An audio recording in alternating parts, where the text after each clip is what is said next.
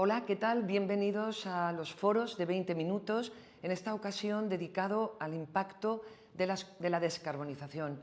Gracias por estar aquí y gracias especiales a Acciona, que patrocina este encuentro, en el que vamos a abordar todos los aspectos de un tema que es vital para la sociedad, para la vida de las personas. Vamos a ver cómo estamos, en qué momento está la descarbonización, qué amenazas tiene el proceso, cómo podemos acelerarlo, el impacto de la actual crisis energética y, sobre todo, las oportunidades que puede tener en el desarrollo sostenible. Nos acompañan esta tarde para abordar este tema dos expertas, son Isabel Garro y Ana Barreira. Isabel Garro es gerente de sostenibilidad de Acciona.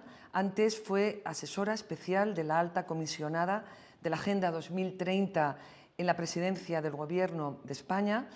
Durante 14 años actuó como directora general de la Red Española del Pacto Mundial de las Naciones Unidas, una de las más importantes que existen, si no la más importante. Isabel Garro es licenciada en Administración y Dirección de Empresas por la Universidad Pontificia de Comillas y MBA por el Instituto de Empresa y la Universidad de Brown. Ha sido auditora en Ernst & Young, sector seguros y en Société Générale, y es experta totalmente en los objetivos de desarrollo sostenible y también con especial hincapié, en este caso, en el sector privado español. Muchas gracias por estar con nosotros. Ana Barreira es directora del Instituto Internacional de Derecho y Medio Ambiente, es abogada y consultora senior ambiental y directora de este instituto, por sus siglas INMA, con 28 años de experiencia en el campo de la sostenibilidad. Es máster en Derecho Ambiental por la Universidad de Londres y en Estudios Jurídicos Internacionales por la Universidad de Nueva York.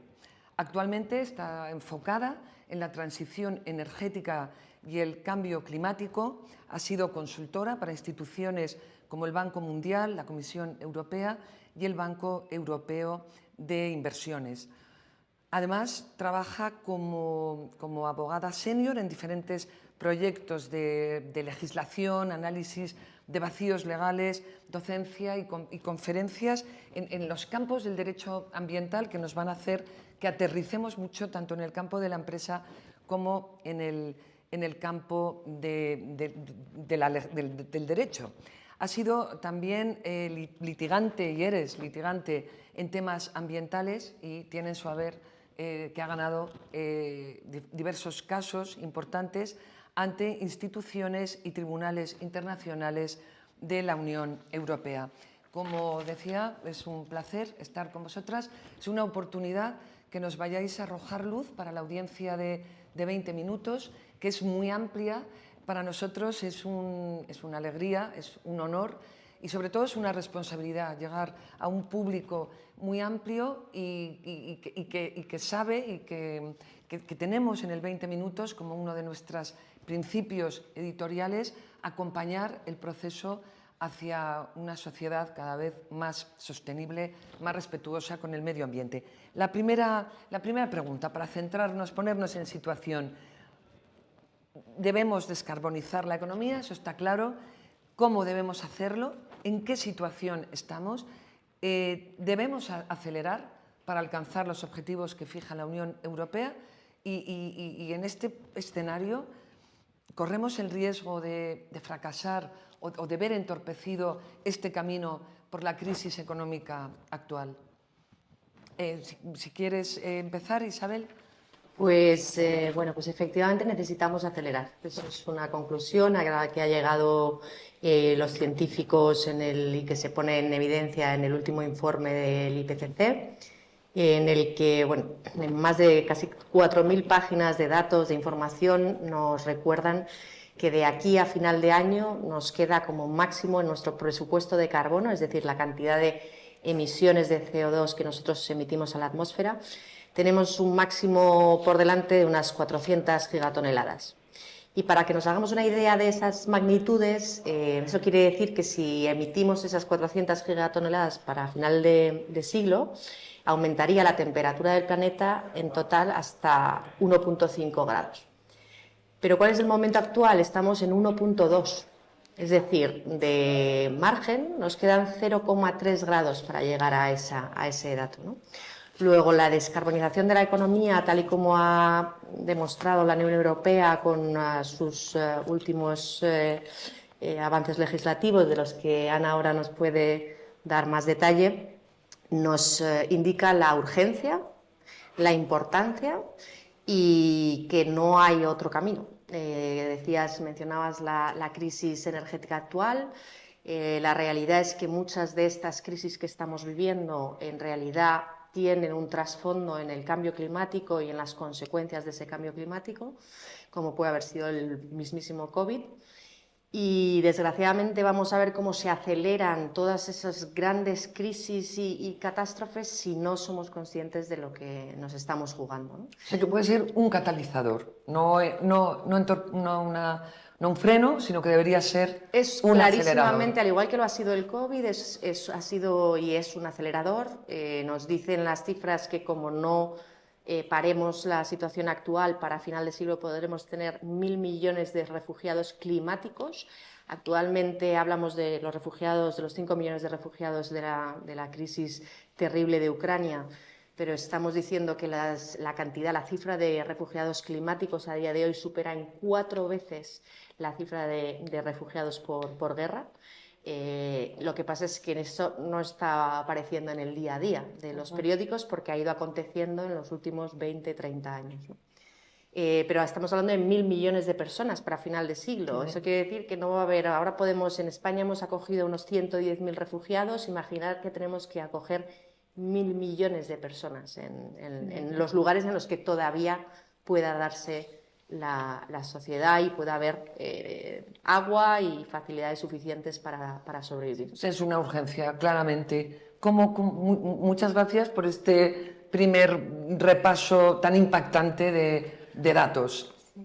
Sí, bueno, yo estoy de acuerdo que estamos ante una crisis climática. Lo que sí es que me gustaría recordar a todos los que nos están viendo que vivimos en un planeta y que desde luego que la Unión Europea tiene que tomar medidas, que las está tomando, que siempre ha sido líder en la acción climática desde la firma de la Convención Marco de las Naciones Unidas de Cambio Climático en el año 92. Pero al mismo tiempo la Unión Europea sola, por mucho que acelere la transición energética y la lucha contra el cambio climático, no vamos a solucionar el problema. Esto es un problema mundial, es un problema del planeta y por tanto es necesario unir a todos los miembros de la comunidad internacional para que tomen medidas. Entonces, evidentemente, la Unión Europea tiene que actuar de forma ejemplar, porque además en el derecho internacional rige un principio de responsabilidades comunes pero diferenciadas, y está tomando las medidas adecuadas. Pero si otros países en los que no se están tomando las medidas adecuadas, pues por motivos muy diferentes, porque tienen diferentes niveles de desarrollo del resto de las economías desarrolladas, de los países que forman parte de la OCDE, entonces no va a haber una solución clara. Por tanto, yo creo que además de todas las medidas que estamos tomando aquí en Europa, y como decía Isabel, pues la Unión Europea, para cumplir con ese objetivo de reducción de emisiones para el año 2030, que representa al menos un 55% de reducción, y para eso ha presentado un paquete muy ambicioso de medidas, al mismo tiempo hay que trabajar y cooperar con países como la India, como Brasil, como China, porque si estos países no toman medidas, aunque la Unión Europea llegue a sus objetivos, al final no va a ser la solución. O sea, la Unión Europea sola no puede afrontar el reto, que es un reto que representa el funcionamiento del planeta, de la interdependencia ecológica de nuestro planeta y de cómo funciona lo denominado por los científicos el sistema terrestre, ¿no? Por tanto, creo que es muy importante acelerar esta transición, que además no solamente tiene que ver con las energías renovables, tiene que ver con muchísimas otros cambios de actitud, el rol de las ciudades, bueno, que eso yo creo que podremos hablarlo más adelante. Pero también quiero recordar que en este mismo informe que se acaba de publicar a principios de este mes por el Panel Intergubernamental de Cambio Climático, dice claramente que ahí se han tomado medidas y políticas y jurídicas muy importantes que están haciendo un cambio. De hecho, el Panel Intergubernamental de Cambio Climático, en ese sentido, cuando uno lo lee el informe, transmite un punto de optimismo en el sentido de que si seguimos tomando las acciones que se están tomando, es posible que podamos hacer frente a esta emergencia. Por eso es importante actuar. Sí, es muy importante ese mensaje de esperanza, de optimismo, porque a la vez la descarbonización del sector energético a veces choca en el día a día con la expansión, con la protección de la biodiversidad o con el modo de vida de las personas que viven en el territorio. Claro, se superponen a veces lo que es lo deseable a corto o medio plazo con el interés de esas personas o la protección. ¿Cómo lo abordáis desde el punto de vista de las empresas y también desde el punto de vista del derecho? ¿Cómo de importante es y cómo se debe conjugar? Bueno, ahí hablas de dos dimensiones, Encarna, de urgencia e importancia. Efectivamente, cuando hablamos de los temas más políticos, de administración pública, normalmente te riges en los 4 años que tienes de periodo de legislativo. En el lado empresarial, el principio de una empresa es su permanencia en el tiempo para siempre, más aún en el caso de una empresa como Acciona, que es una empresa familiar y cuyo objetivo principal es perdurar en el tiempo para que las futuras generaciones puedan seguir trabajando en esa organización, ¿no? Luego, quizá la clave aquí es que por una vez nos hemos dado cuenta de que los temas urgentes que se nos van poniendo encima de la mesa, que nos hacen no mirar los importantes, se ha terminado. A partir de este momento es urgente e importante afrontar el cambio climático y hacer esa transformación justo ahora que pues organizaciones e instituciones europeas, dentro de todo el programa, por ejemplo, Next Generation, pues nos van a acompañar en esa transformación. El papel de la empresa ahora mismo yo creo que es crucial porque también es cierto, muchos de los retos a los que nos enfrentamos a día de hoy no tienen solución y históricamente una empresa lo que ha hecho ha sido innovar y buscar soluciones a retos para poder dar productos, servicios que cubrieran esa necesidad.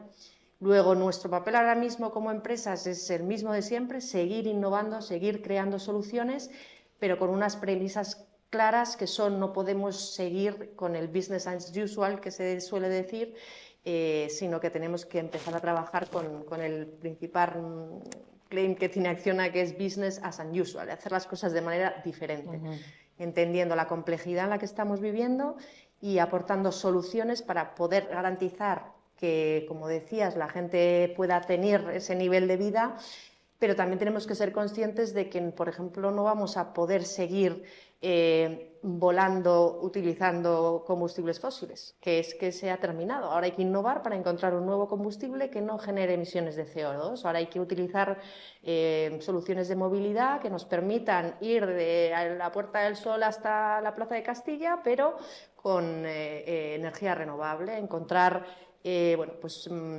desde teléfonos móviles y libretas que nos permitan escribir, pero ahora hay que hacerlo con economía circular, es decir, hay que reinventar. Y esa reinvención a las empresas, como bien sabes, pues es algo que sabemos hacer y que nos gusta hacer.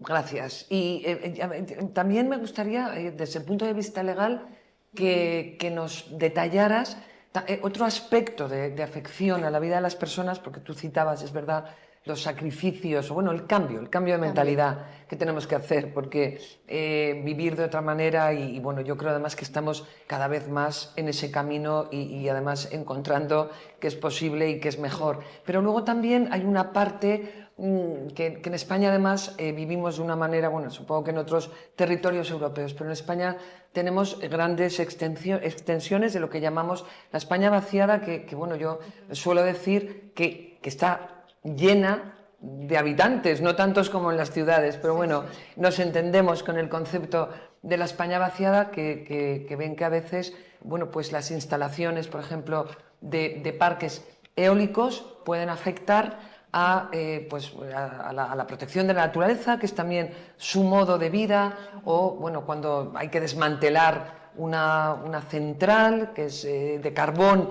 ¿Qué herramientas ofrece el derecho ante esto para conciliar todo? Desde luego que el derecho ambiental tiene muchos años. De hecho, quiero recordar que este año vamos a celebrar el 50 aniversario de la Cumbre de Estocolmo, la Cumbre de Naciones Unidas de Medio Ambiente Humano, y que ahí, aunque ya teníamos mucha normativa, ya había normativa, pero ahí es como empieza a desarrollarse muchísimos convenios internacionales, normativa de la Unión Europea, normativa a nivel nacional. En España no tanto, pero luego tuvimos la Cumbre de Río en el año 1992 y ahí surgen unos principios esenciales del derecho, y de hecho previamente tanto la OCDE como organismos como la Comisión Europea habían trabajado y se han ido desarrollando herramientas jurídicas que son esenciales, porque tenemos que tener en cuenta que la ciencia es esencial. La ciencia nos dice por cómo estamos y a qué retos nos enfrentamos, pero los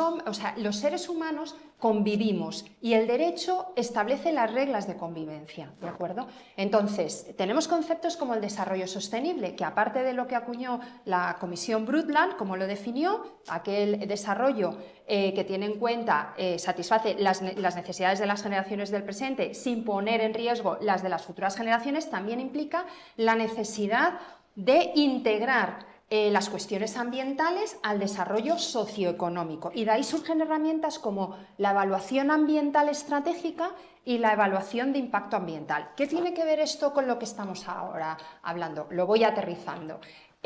Para empezar, en España se ha elaborado un Plan Nacional Integrado de Energía y Clima, que responde a los compromisos previos de la Unión Europea previamente de cuando se firma el Acuerdo de París, ¿no? Entonces, este plan tiene unas medidas para lograr unos objetivos en el año 2030, pero es un plan. Según el derecho, los planes y los programas, en este caso es un plan, se tienen que someter a evaluación ambiental estratégica y hay que hacer un estudio ambiental estratégico, ¿de acuerdo?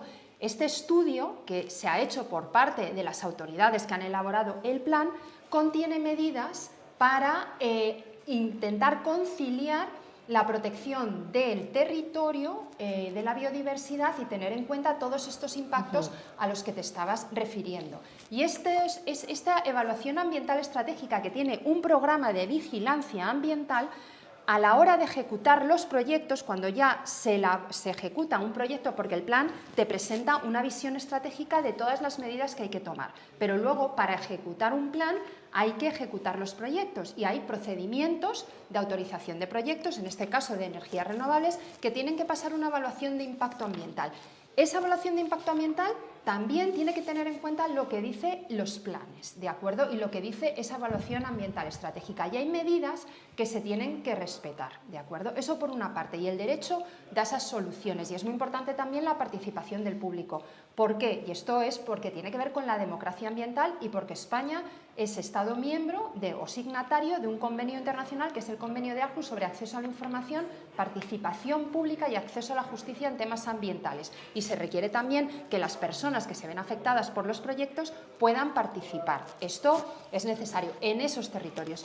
Pero al mismo tiempo, y esto es un tema que nosotros desde el Instituto hemos estudiado en profundidad, hay que también buscar alternativas. Entonces, nosotros hemos estado analizando en otros países qué se está haciendo, porque esto no es una cosa que solamente atañe a España, claro, porque el despliegue de renovables para hacer frente al cambio climático, como decía previamente, esto es una cuestión que afecta a todo el planeta, a toda la especie humana, y en todos los países que se va a acelerar el despliegue de renovables, pues hay mucha gente que vive en las zonas rurales, ¿no? Entonces hay que buscar otras alternativas. ¿Cuáles pueden ser estas alternativas? Bueno, desde luego que está el autoconsumo, que hay otras medidas, pero además también hay que buscar espacios donde no se dañe. Por ejemplo, hay proyectos, y en Estados Unidos se está haciendo, que se están desarrollando proyectos de energías renovables en suelos contaminados, en zonas industriales que ya están en desuso, en minas antiguas, O sea, hay que buscar lugares, ahora ya también que esto aparece reflejado en el Real Decreto Ley que se tendrá que convalidar en las Cortes, la posibilidad de también hacer instalaciones de energía fotovoltaica, porque no solamente es la eólica, sino también la fotovoltaica, en embalses, ¿no? Entonces hay que buscar también ubicaciones, o sea, es esencial encontrar la ubicación idónea para evitar estos conflictos. Es decir, se puede conciliar el desarrollo de las renovables con la protección de la biodiversidad y el territorio. Y la clave radica en encontrar la ubicación ideal. De hecho, por ejemplo, el Estado de Nueva York tiene una ley que se aprobó el año pasado en la que tienen una oficina que se dedica exclusivamente a buscar la ubicación de los proyectos, a acordar las ubicaciones de los proyectos para evitar los conflictos. Porque además todos debemos de trabajar para evitar conflictos a la hora de desplegar renovables, porque si no, la sociedad se va a oponer porque sí, en algunos casos podrá haber motivos para ellos y en otros quizá no. Entonces se crea digamos, ese estado de ánimo en la sociedad y eso no ayuda a nadie. Entonces, y es fundamental también proteger la biodiversidad porque hablamos de la crisis climática, pero estamos en una triple crisis. La crisis climática, la crisis de biodiversidad y la crisis de contaminación. ¿De acuerdo? Sí, mira, eso enlaza todo lo que esta manera de plantearlo y de actuar enlaza con la idea que lanzabas, Isabel, de actuar diferente, ¿no? Cambiar el paradigma y decir no vamos a actuar como siempre, vamos a actuar diferente. Bueno, tú eres, claro, tienes en concreto el área de sostenibilidad. Eso debería ser la tónica en todas las empresas, va siendo lo común. ¿Qué pasos tienen que dar las empresas? ¿Qué sectores tendrán éxito y cuáles no, si no avanzan en la sostenibilidad? Sí, yo separaría quizá un poco el tema que hablamos hoy, que es la parte de descarbonización, de tener toda una estructura de sostenibilidad dentro de una empresa, ¿no? Está claro que el tener dentro de la organización un departamento que ayuda a integrar, como decía Ana, no es solo la dimensión ambiental, estamos hablando de una dimensión social, la dimensión económica, estamos hablando de que nos enfrentamos a que cuando, por ejemplo, una empresa como la nuestra desarrolla infraestructuras, esas infraestructuras tienen que resolver muchos problemas. Entonces, por un lado, la parte de descarbonización propiamente dicha, lo que tiene que quedar muy claro es que no es una opción, es sí o sí la empresa que quiera perdurar mañana tiene que desarrollar sus procesos productivos de manera que generen cero emisiones. Luego, ese es el primer mensaje clarísimo es no vas a sobrevivir si para el año 2050 tu actividad económica no está descarbonizada. Y ya estamos hablando de grandes empresas y estamos hablando de pequeña empresa. Como consumidor y ciudadano, no vamos a poder comparar, viajar, hacer nada que implique emisiones de CO2. Y para las empresas que queremos ir más allá, no solo vamos a tener que no producir emisiones, sino que vamos a tener que producir un impacto positivo, es decir, capturar ese CO2, digamos, todo ese presupuesto que nos hemos pasado, hemos hecho una fiesta de emisiones muy feliz, llevamos 50 años, como dice Ana, desde ese primer momento histórico de la cumbre de Estocolmo y llevamos 50 años con chimeneas emitiendo en concreto 162 millones de toneladas diarias. ¿Eso qué son? Pues unas 600.000 bombas atómicas de Hiroshima explotando cada día, imaginar el humo ese subiendo a la atmósfera, 600.000 bombas. ¿Y tenéis? Entonces, Sí. la empresa, uno, consciente de que no va a haber posibilidad que no sea descarbonizar tus operaciones. Segundo, que si además quieres enfrentarte a los siguientes problemas que vienen, que enunciaba Ana, que es colapso de biodiversidad, es el tema de la desigualdad, etcétera, y quieres sobrevivir a los siguientes problemas que ya te vemos clarísimos, vas a tener que integrar todo eso en la organización. Para eso lo mejor es tener una estrategia de sostenibilidad. Y la única forma en la que vas a tener una licencia social para operar es demostrando que la empresa va más allá, genera ese impacto regenerativo, positivo y una solución y no un problema. O sea, ya no es suficiente con decir, no, yo no hago mal, no, es que ahora vamos a tener que ir mucho más allá como empresas. Sí, el cambio climático en ese sentido ha sido, hablabas de hace 50 años y de cómo estamos ahora con la comparativa de la bomba atómica, que realmente es muy gráfica y la deberíamos tener mucho en la cabeza. Y en ese sentido el cambio climático da la impresión de que ha sido una cuestión que se ha aplazado constantemente, bueno, y luego ha habido incluso, no tan lejanos, episodios de beligerancia clara, incluso de negacionismo extendido. ¿Creéis que esa etapa se ha superado y que estamos en un punto de inflexión, que están cambiando las cosas? ¿Cómo lo veis? Bueno, desde luego que teníamos evidencias. Yo recuerdo en el año 1990 cuando se publicó el primer informe del Panel Intergubernamental de Cambio Climático, que es el que llevó a que se creara un comité negociador intergubernamental para la Convención Marco de Naciones Unidas sobre Cambio Climático. Si uno sale ese informe del año 1990, que yo me lo leía en esa época, realmente llama la atención que la sociedad en general, todos los actores de la sociedad, se dieron la vuelta, miraron hacia otro lado, pero ese informe ya nos dice los impactos que estamos viendo del cambio climático que estamos sufriendo en la actualidad, como el blanqueamiento del coral, me sale en inglés, cómo se derriten los casquetes polares, los fenómenos meteorológicos extremos, y se ha obviado, es decir, sí que se ha estado actuando como si no pasara nada. Y esto digo, pero lo digo claramente desde toda la sociedad.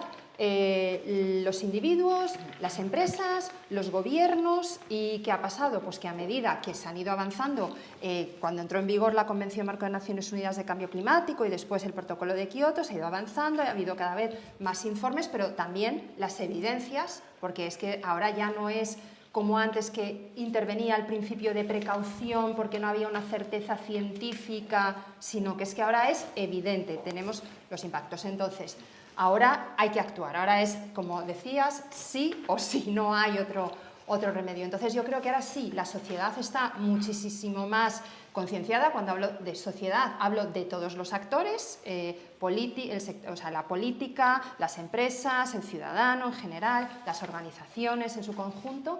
Y yo creo que ahora, y como dice el propio Panel Intergubernamental de Cambio Climático en el informe recientemente publicado, sí que hay una acción climática, se está haciendo acción climática.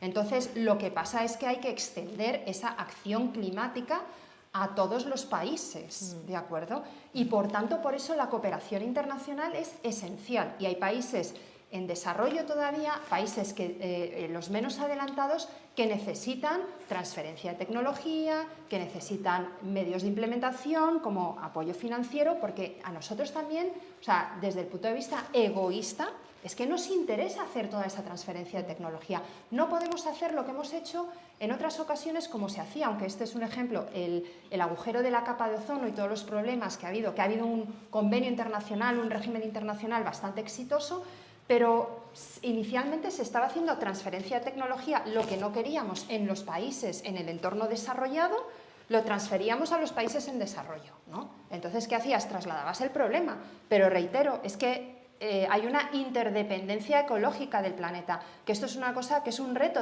para el derecho internacional. En la soberanía de los estados, tenemos los estados, pero las fronteras que ha creado el hombre no tienen nada que ver con las fronteras de cómo funciona todo el sistema hidrológico, geológico, de la biosfera, etcétera.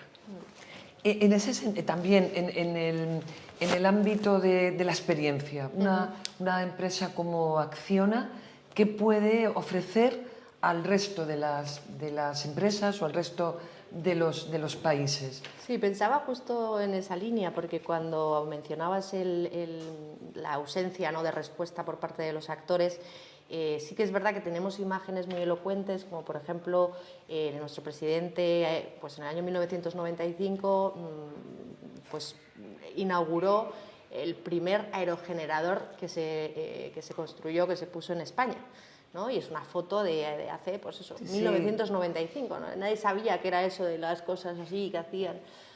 Entonces hay organizaciones como la nuestra, como Acciona, que digamos por una visión muy clara de lo que había que hacer empezó a apostar en eso, pero es muy difícil, como decía Ana, generar un efecto tractor que pues, puede ser una empresa excepcional, pero si el resto de actores no te acompañan, al final eres una anécdota, ¿no?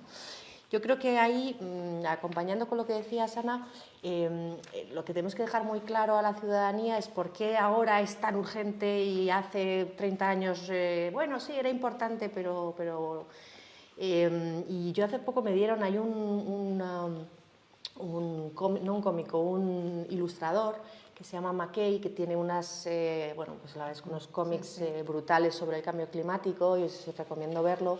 Y el último nos habla de un fenómeno que no se está hablando como tal en los medios y que deberíamos empezar a hablar, lo que son los tsunamis atmosféricos. Entonces, si podéis hacer el ejercicio, pero yo tengo incluso en ilustraciones, todos los meses hay como poco una gran inundación en el mundo, ¿vale? Y puedes elegir el lugar del planeta que quieras.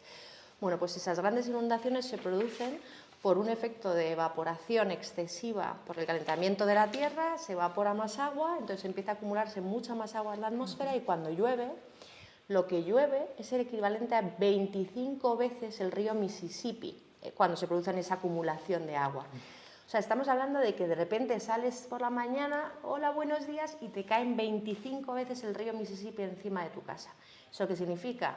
Desastres absolutos en las infraestructuras, en las familias, unas consecuencias terribles. Entonces tenemos que entender que si no actuamos, vamos a abrir así la puerta de la ventana, hola, buenos días, y en algún momento vamos a ser nosotros, como nos pasó con Filomena, como nos ha pasado. Entonces hay que actuar y las empresas como la nuestra tienen que empezar bueno, más que empezar, continuar la labor de liderazgo. Y para nosotros el liderazgo ahora mismo se traduce en regenerativo, que es para nosotros el do no harm, que ahora está tan de moda en Europa, eso ya fue hace 10 años. Ahora es impacto más allá positivo y encontrar todas las soluciones innovadoras que permitan que podamos generar un impacto positivo en el planeta y en la sociedad. Sí. Fíjate que esto enlaza porque lo que estáis contando lo estamos contando hoy y enlaza también con la necesidad o la obligación de que los medios lo contemos. Y el periodismo científico, claro, pandemia, obligadamente ha despertado un interés evidentemente muy, muy grande y además las audiencias han ido a buscar periodismo, no han ido a las redes, pero han ido a buscar al final mensajes bueno, pues, contados y transmitidos por profesionales. Y yo creo que sí que también la sociedad nos demanda más periodismo científico. Ha existido siempre y hay grandes divulgadores en España y en todo el mundo, pero es importante que también nosotros, bueno, lo que estamos haciendo hoy va en esta línea, pero que lo hagamos más realmente. Desde luego es que es fundamental lo que estás comentando, porque además estos temas de los que estamos hablando ahora mismo son temas muy complejos, entonces estos temas no se pueden ventilar en 140 caracteres, ¿de acuerdo? Sí, no se puede. O en un TikTok. Entonces, las cosas no son blancas o negras, tienen matices y además son temas complejos que hay que explicarlos y por tanto esa labor también importantísima de los periodistas que informan en profundidad, ¿no? Sí, de los expertos, las expertas en este caso, claro, que os brindáis a al final, contárnoslo. Pues gente con capacidad de leerse esas 4.000 páginas del informe de Naciones Unidas, pues no hay muchísima gente, pero formas o traductores de ese mensaje al día a día de las personas sí que los hay, y cuando uno traduce ese mensaje tenemos que rápidamente virar los barcos, en nuestro caso los empresariales, y encontrar nuestros nuevos propósitos de ser, ¿no? Vamos un poquito ahora ya en recta final. Os voy a poner a plantear contradicciones o paradojas que los que somos prófanos en la materia pues nos encontramos cada día. Por ejemplo, el otro día Elon Musk dijo que España podría ser la fuente de energía solar para toda Europa. No lo sé, bueno, ahora me decís qué os parece. Si es así, ¿por qué no lo somos? Esa pregunta nos la hacemos mucho con las horas de sol que tenemos respecto de otros países. falta voluntad política, falta tejido.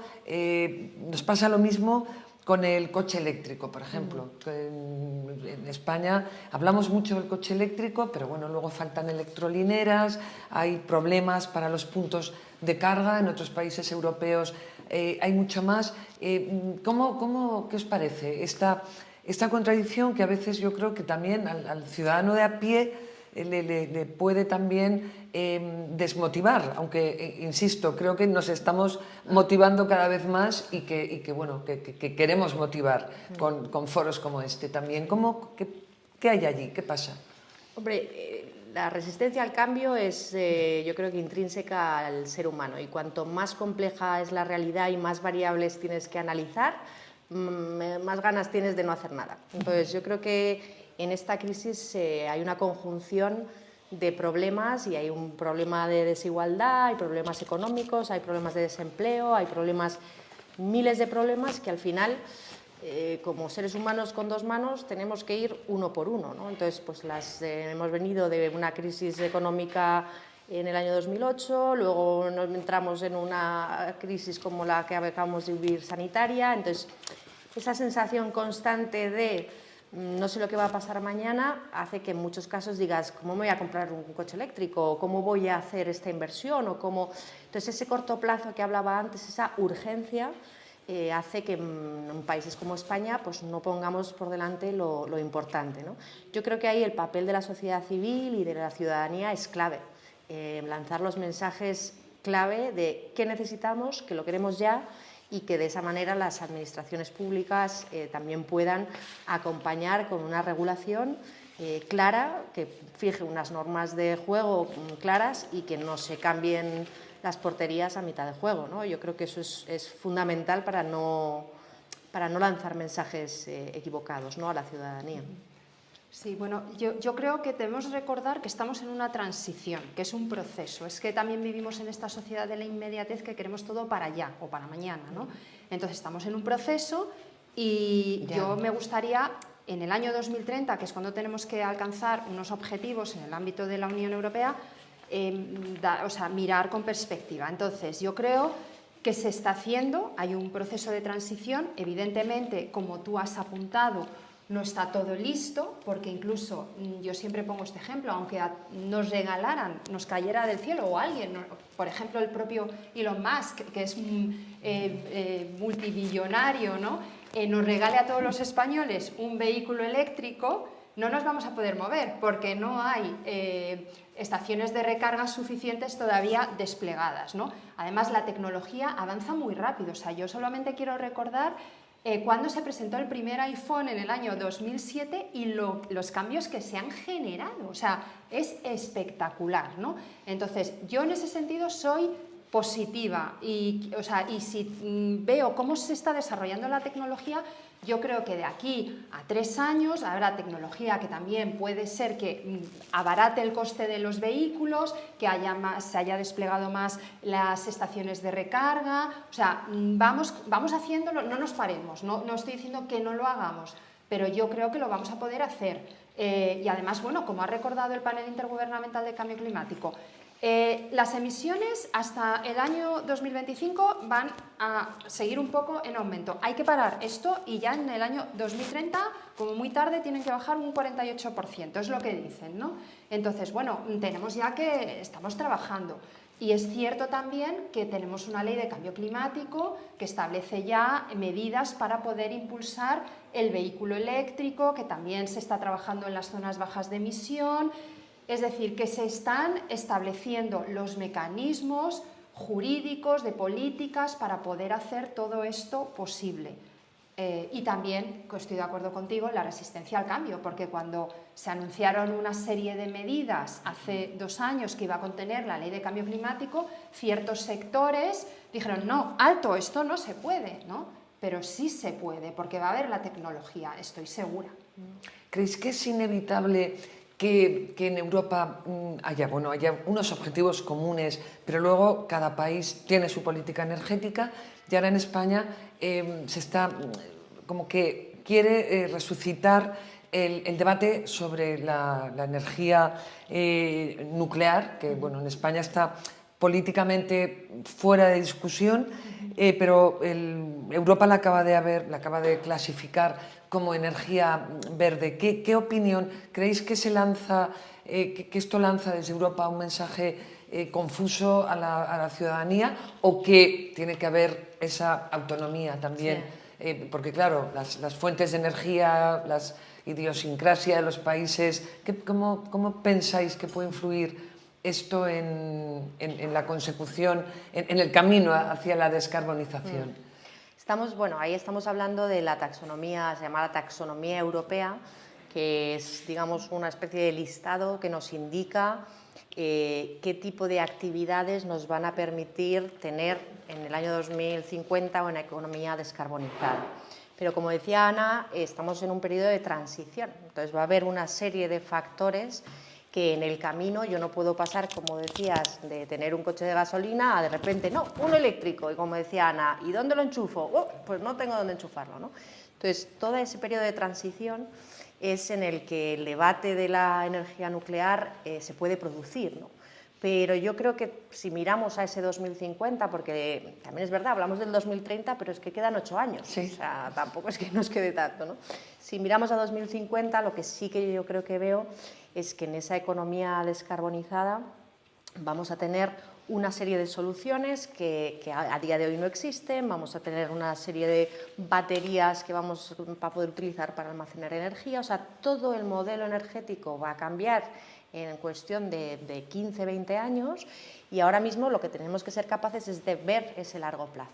Entonces, en los debates específicos sobre una energía a otra, yo creo que lo más relevante al irse a esa visión a largo plazo es, de nuevo, por como comenzaba la conversación, y es nosotros estamos abogando por una visión sistémica de la cosa, es decir, no volvamos a solucionar problema a problema sin ver que cuando parcheo uno aquí se me va el de al lado. O sea, yo creo que ha llegado un momento en el que tenemos que ser capaces de afrontar los cambios y analizar nuestros procesos de empresa, nuestras actividades, etcétera, con esa visión ecosistémica que nos va a permitir desarrollar soluciones que hagan múltiples cosas, no solo, hoy, ahora el debate de aquí, que además en España nos encanta, ahora este debate, ¡ay! Durante 3 semanas solo se debate de eso.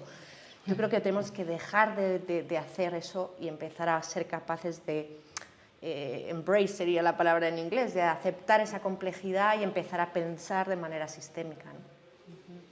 Sí, bueno, hay que, como apuntabas, es que la Unión Europea es un conjunto de países, ¿no? Entonces, con situaciones muy diferentes.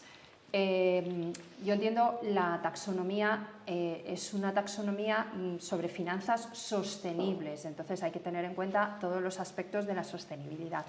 Y yo entiendo que la Comisión, cuando ha hecho esto, pues es muy complicado cuando tenemos países en la Unión Europea como Francia, cuyo sistema energético depende en la actualidad, o sea, en el año 2022, sobre todo de la energía nuclear. Entonces, yo creo que estos debates tan apasionados que se tienen a veces, yo creo que hay que meterlos un poco en el refrigerador, ¿no? Que se congelen un poco y luego sacarlos y de forma más sosegada. Yo entiendo que la energía nuclear, por lo que entraña desde el punto de vista de la gestión de los residuos, no es una opción, y también por lo que ha pasado en Ucrania y cómo las tropas de Rusia han estado en Chernóbil y en otras centrales nucleares, es que también representa una amenaza a la seguridad, o sea, porque cuando hay conflictos, y hablabas antes de los refugiados climáticos, va a haber situaciones complicadas en el futuro. Entonces, yo creo que va a haber, o sea, es que lo decía previamente, es que la tecnología, y como nos recordaba Isabel, es que evoluciona. Entonces, va a haber otras soluciones. No podemos pensar que lo que pasa en el año 2021 va a ser inamovible en el año 2025 o 2026, porque probablemente la fuerza de las cosas van a caer, o sea, y puedo poner un ejemplo muy claro. Nosotros desde el Instituto Internacional de Derecho y Medio Ambiente en el año 2015 empezamos a trabajar para impulsar en España el cierre de las centrales térmicas de carbón. ¿Por qué? Porque es la energía, o sea, desde el punto de vista lógico de transición energética, había que sacar del sistema de la energía en España las centrales de carbón. ¿Por qué? Pues porque son las que más CO2 emiten, y además esto se ha ido notando en nuestras emisiones, en nuestro inventario de emisiones, se ha producido una baja porque se han ido cerrando centrales térmicas de carbón. En el año 2015 nadie en este país quería hablar del cierre de las centrales térmicas de carbón. Nosotros acudimos a juntas de accionistas de empresas como, por ejemplo, Enel. En el año 2017 hicimos preguntas, y esto tiene que ver también pues, con Aragón, que hablabas previamente pues, de centrales que se están cerrando, no solo en Aragón, en otras. Ahora mismo las propias compañías energéticas propietarias de centrales térmicas de carbón que están adoptando políticas para ser climáticamente neutras en el año 2050, desde luego que han contemplado el cierre de las centrales de carbón como algo natural, también debido al aumento de los precios del CO2 en los mercados, o sea, por muchos motivos, ¿no? 2015, no, o sea, resistencia total. Nosotros estábamos mal, ¿qué estábamos proponiendo? Pero qué barbaridades decíamos, ¿no? Pues ahora es algo que se ve, que se está trabajando también para la transición justa, que es esencial, pero hay alternativas y tenemos que pensar también en términos de que hay una aceleración del conocimiento científico y que va a haber mecanismos para poder hacer frente, poder abastecer energéticamente sin fuentes de energía nuclear. Ana Barreira, te voy a tomar esta intervención como cierre porque llegamos al final, pero me parece que es un resumen que nos ayuda mucho a desbrozar la complejidad del asunto y te voy a pedir, a Isabel Garro, te voy a pedir que nos hagas ese cierre que sea un mensaje de qué podemos hacer los ciudadanos, las empresas, el sector público, el sector privado, los gobiernos, para avanzar en el camino de esperanza que estáis apuntando realmente. Sí, pues yo quizá cerraría con Brundtland, ¿no? Al final hablábamos del concepto del desarrollo sostenible, que es, como decía Ana, aquel que no compromete a las generaciones futuras, y eso en una empresa como la nuestra, como Acciona, que nos dedicamos a hacer infraestructuras que duran 20, 30, 40 años, está claro que, como decíamos, no puedo construirla pensando solo en que sea funcional dentro de 3. Tiene que ser funcional, útil y que sirva 50 años. Para eso tengo que pensar que esa infraestructura va a pasar un montón de transformaciones y la tengo que diseñar para ese año 2050, 60, 70, ¿no? Entonces yo invito a todas las organizaciones empresariales, a los ciudadanos y a las administraciones públicas a que piensen en esa clave de 20, 30, 50 años, esa visión a largo plazo, esa complejidad y tomemos decisiones que nos hagan orgullosos y que permitan que las futuras generaciones pues, estén también orgullosos de lo que hemos hecho. Pues muchísimas gracias a las dos, muchísimas gracias también por seguir esta charla y quedamos emplazados para la próxima y para el próximo foro. Muchas gracias.